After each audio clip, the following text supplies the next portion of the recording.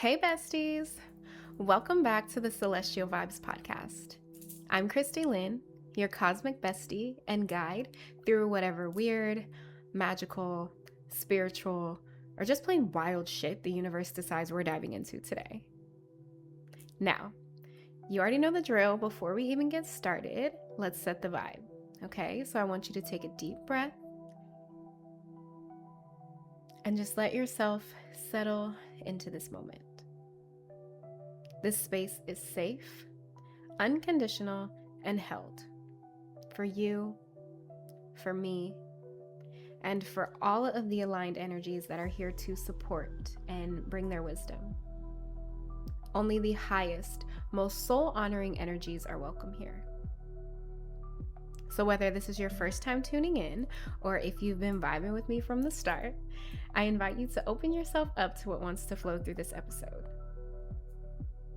Now remember, we are in the conspiracy era of the podcast, so the things that I'm going to talk about are going to be a mix of things I have researched, things I have intuited, and direct downloads from my higher self and guidance team. And today, we are diving into the single most famous UFO event in human history. Roswell, New Mexico, July 1947. And you already know how we do things here, okay? We are not just looking at the dusty 3D military files. Oh no. We are looking at this thing through a multi-dimensional lens. So to understand what really went down in the New Mexico desert, we have to look at the energetic grid of the planet at that exact time, okay? Now this crash happened in July 1947, and just 2 years prior to that, at the Trinity site, the military detonated the very first atomic bomb. And energetically, that nuclear blast didn't just make a physical boom. It literally fractured the local space-time grid, and it sent out huge spiritual and radioactive beacon into the cosmos. This was like a literal siren saying, well, the toddlers have found the matches. And the thing is that the powers that be already knew that they were playing with fire. Because only 5 months before this, Admiral Byrd had just rushed back from his expedition to Antarctica with urgent classified warnings from Inner Earth. Yes, let's run that back. Inner Earth civilizations telling humanity to stop messing with nuclear technology. But did they listen? No, of course not. The military-industrial complex completely ignored those warnings, which brings us to a violent and unnatural thunderstorm that occurred on the night of July 2nd, 1947. So imagine a storm rolling through New Mexico that just felt off. Okay, the lightning didn't quite look right, and the thunder was literally shaking the ground in this weird frequency. Now, the next morning, a local sheep rancher named Mac Brazel, he walks out onto his pasture, and what he finds literally changes human history forever. He sees a mess of debris that is miles long stretched across his land. But this wasn't just aluminum or wood, okay, like from a plane crash. So Max starts picking up the pieces of what the media later started calling memory metal. Now, this metal looked like foil, okay? You could literally take it, you could pick it up, crumple it up into a tight ball in your fist, but the moment you open your hand, it would instantly, and more importantly, silently, flow right back into its perfect, unwrinkled shape. And when Mac takes a closer look, he sees these structural beams. But they were lighter than a feather and completely unbreakable. Now, as if all of that isn't strange or crazy enough, there were also these interesting purple and pink geometric symbols that were etched along the sides that looked like a mix of ancient Egyptian hieroglyphs and galactic codes. Now, here is the multidimensional truth that the Matrix tries to scrub. This wasn't just metal or hardware, okay? This was consciousness integrated technology. The ship itself was a living, quantum entity. When it was brought down, the physical craft died, but the fragments that were left behind still had their quantum properties. It was technology that interfaces directly with the mind. But here's where the story gets crazy messy, because the powers that be were not organized at all. So it's July 8th, 1947, and the Roswell Army Airfield, which was the most elite and high security military base in the world at this time, literally puts out an official front page press release. The headline reads, "RAAF captures flying saucer on a ranch in Roswell region." Just let that sink in for a moment, okay? They didn't say unidentified object. They didn't say mysterious debris. They straight the fuck up said a flying saucer. And why, you ask, did they announce that? Well, the ground recovery teams were in such a shock and panic over what they were looking at that the truth accidentally slipped right through the cracks before the higher-ups had a chance to censor it. But within hours, the damage control was instant and ruthless. They flew in General Roger Ramey and confiscated every single scrap of the real living consciousness tech from the base, and they forced the local officers to participate in a total fucking clown show. They legitimately brought the press into an office, and they made a highly decorated officer pose for photos next to a cheap, shredded weather balloon and a piece of tinfoil. Like, come on. They really expected the public to believe that the most elite military minds on the planet mistook a raggedy old weather balloon for an interstellar spacecraft? Please. And it didn't just stop at the fake photo op either. Not at all. The military then went door to door through the local community, and they threatened the ranchers, the deputies, the radio hosts, and whoever the hell else they needed to. Okay, they told them point blank period, you will forget what you saw, or you and your family will disappear. This was the moment it was decided to keep humanity in the dark about what's actually happening outside of our 3D bubble. Now, I know the mainstream media and typical UFOs documentaries kind of just lump everything together as if it's this one isolated incident, but we need to talk about the fact that this wasn't just one crash site in the pasture. This was a two-part cosmic tragedy. The first site that Mac found was the debris site. This is where the craft originally tore apart in the sky during that storm. It was an explosive mid-air event that left miles worth of scattered, glowing memory metal and structural beams. But the actual living cockpit of the craft didn't stop there. That thing skipped through the atmosphere like a stone would skip across water, okay? And it came down about 40 miles away. This is the second site, where the military recovery teams hit the absolute fucking jackpot in their minds, okay? Now, when they arrived on this site, the main capsule of the craft was pretty much still intact, but it was wedged pretty violently into the earth. Like, can you even begin to imagine a flying saucer losing control and just spinning out until it finally crash lands into the planet? That's wild. And what's even wilder is that here at this second site is where they found the crew. Yes, you heard me right. The crew. Now, of course, there were casualties, but there was one survivor. A being that the military classified in top secret documents as EBE-1, which stands for Extraterrestrial Biological Entity Number 1. But before we talk about what they did to him, I want to take a look through the eyes of the Z5 Collective. Now, this is a collective of tall gray aliens, and they made themselves known to me about 6 months ago. I've worked with them sporadically from the time that they came into my awareness and kind of introduced themselves, but They're not very emotional, if you will. I think that's the best way to put it. Most of the members on my team are very loving, very kind. They want to check in with me. They want to know how I'm doing, right? Where Z5 is just kind of like, hey, here's the information we have for you. Talk to you later. But I worked with them very heavily on this episode, and I received a lot of information that I'm excited to dive into down the line in future episodes because, man, did they tell me some shit. So, what they want you to understand is that they weren't navigating through space like a regular airplane or a physical rocket, okay? This craft was an extension of their own biology.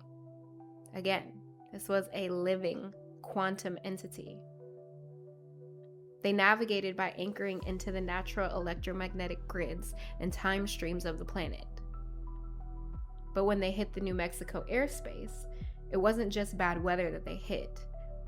It was a huge energy distortion that was left behind from the Trinity atomic tests from 2 years prior. So from Z5's perspective, that nuclear blast literally ripped a hole in the local space-time fabric. It created a total blackout on their cosmic map, and the moment that they entered that frequency, the ship's consciousness integrated systems glitched out. They lost their anchor, their temporal jump failed, and the craft died midair because the Earth's frequency had become violently toxic and fractured. They were on a rescue mission of sorts, trying to patch up the timeline that we broke, but they paid the ultimate price for it.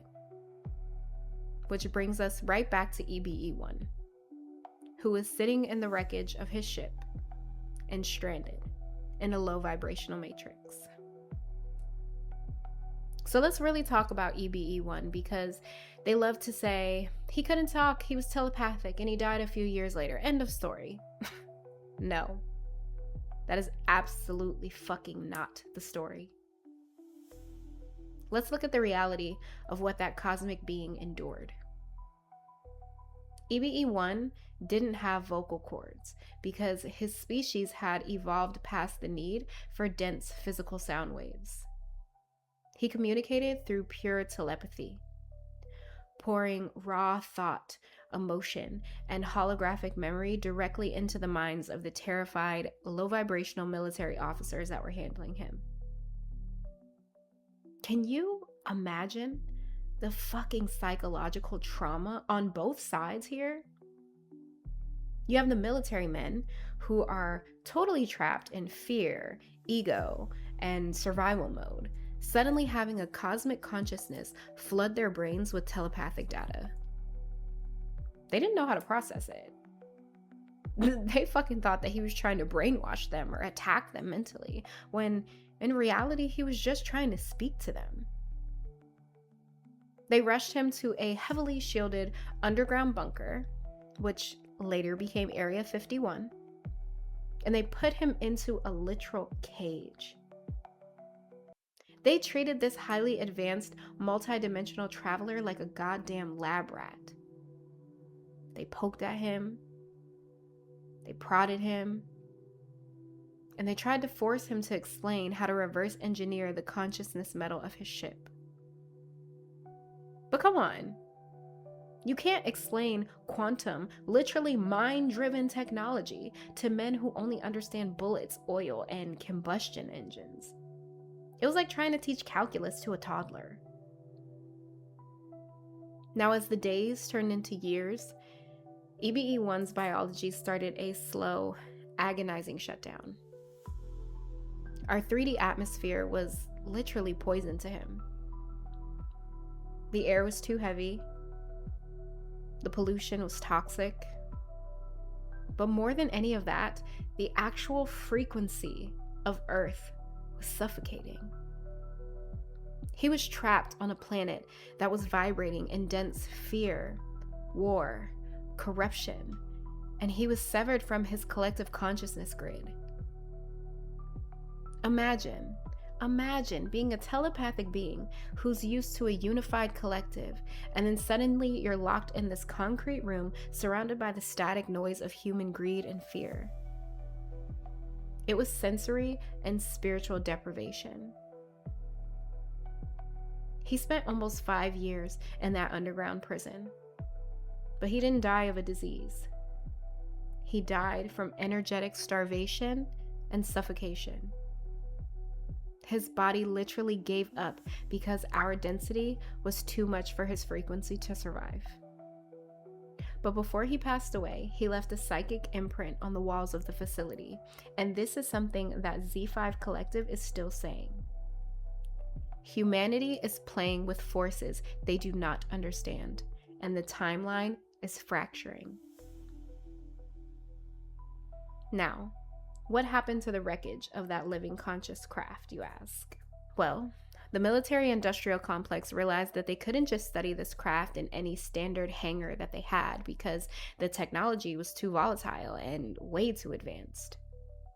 Not to mention the fact that the craft radiated a frequency that could literally be detected by other cosmic entities. They needed a place that was completely off the grid, right? So they chose Groom Lake, Nevada, and they built an underground fortress to hide the truth. They broke the wreckage apart and divided it into crazy classified projects so that no single scientist or general could ever see the full picture of what it was they were working on. And here's the part that might just blow your mind. You're using pieces made from that crash site right now. The elite didn't just hide the technology. They reverse engineered it and slowly started leaking it into the 3D matrix to control the global economy and direct human evolution. You remember that memory metal that Mac picked up from the debris site? Yeah. Well, that turned into the blueprint for modern titanium alloys and smart materials. And what about the highly advanced consciousness integrated navigation systems? That research was stripped down and repurposed to create fiber optics, microchips, night vision technology, and so much more. Think about the timeline. Like, really think about it. Human technology stayed pretty stagnant for hundreds of years. Like, we went from horse and carriages to steam engines at a normal evolutionary rate. And then all of a sudden, right after 1947, our technological advancement exploded. We went from basic vacuum tubes to microchips and entering the digital age in a matter of decades. It's really wild if you actually sit down and think about it, because this wasn't some natural human evolutionary leap. This was forced extraction of galactic technology. The thing is, though, they stole the hardware, but they could never actually replicate the software. They weren't spiritually mature enough. The military built an empire off of the wires, glass, and metals from this crash, but they fucking failed to master the consciousness aspect. They tried to reverse engineer and build the same exact kinds of crafts, but because their hearts and minds were vibrating in greed, control, and fear so much, they couldn't interface with the technology because it requires a unified high-frequency consciousness to operate. So instead, they created a digital prison for humanity by using the scraps, because they didn't realize that you can't master quantum cosmic technology living within a 3D mindset. Roswell was not just a crash, okay? It was the moment that humanity's timeline was hijacked by a shadow government, using technology that they were never spiritually evolved enough to hold. And that shadow government has only gotten worse over the past 80 years or so. Okay, my loves. That was a lot of information. So we are going to get ready to close out this portal for today. But you know me. I always tap in with my guides for a channeled message to see what they would like for the collective to hear. So let's go ahead and dive into that. We want to remind you that the chaotic theater you see playing out in your 3D world, including the secrecy and heavy distortions, is only loud because it is desperate. You came to this planet during this specific timeline not to be a bystander to the Matrix, but to be an anchor for a higher frequency. When you look at history, do not look through the lens of fear or powerlessness. Look at it as proof of how incredibly powerful your light must be if a whole system was designed to keep you from remembering it. Stop looking for outside validation from a broken machine. Turn inward. The static is clearing. The veil is thin. And your true cosmic blueprints are activating. Stand in your authority moving forward. Well, besties, that is a wrap for today's episode of Celestial Vibes. Thank you so much for merging your energy with mine in this sacred space. I now return all energy, wisdom, and insight shared here back to you, fully, completely, and aligned with your highest good. Now make sure you tune back in for the next episode, okay? Because I'm going to be diving deeper into Admiral Byrd and what he encountered on his expedition to Antarctica. We're going to be diving into the inner Earth civilization, okay? But until then, keep trusting the magic of your own journey. I'm sending you so much love and so much light. Now go out there, conquer the cosmos, and make our ancestors proud.